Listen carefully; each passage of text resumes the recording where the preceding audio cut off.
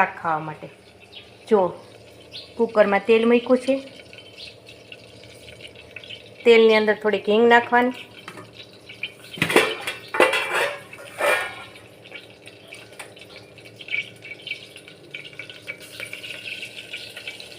હિંગ નાખી,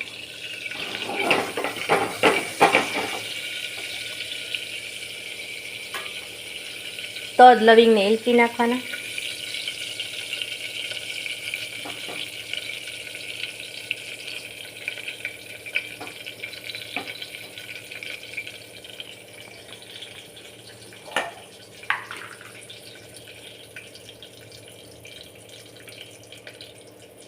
પછી જો આદુ મરચાં અને લસણની પેસ્ટ બનાવેલી છે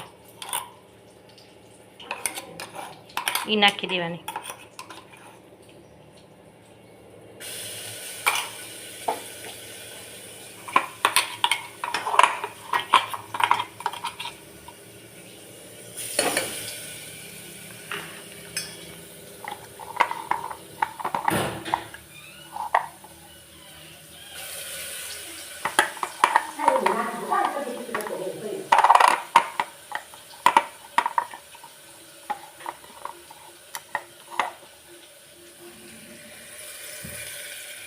આદુ મરચાં અને લસણની પેસ્ટ નાખી દીધી છે.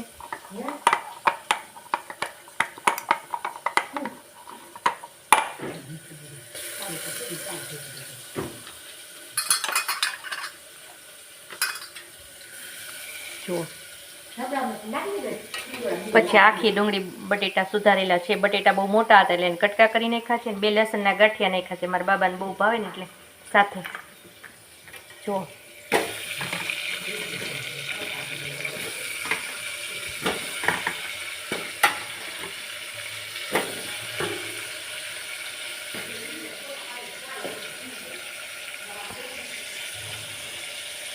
હવે હળદર,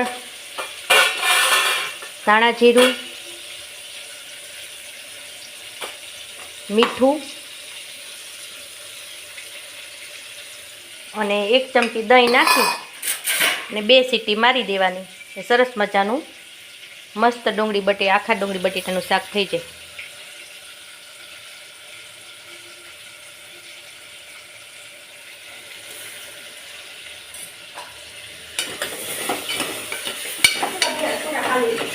મારા બાબાને આખા ડુંગળી બટેટાનું શાક ને પાછા આખું લસણના ગાંઠિયા નાખવાનું શાક બહુ ભાવે એટલે સુરતથી આવ્યો છે એટલા માટે એના માટે બનાવું છું.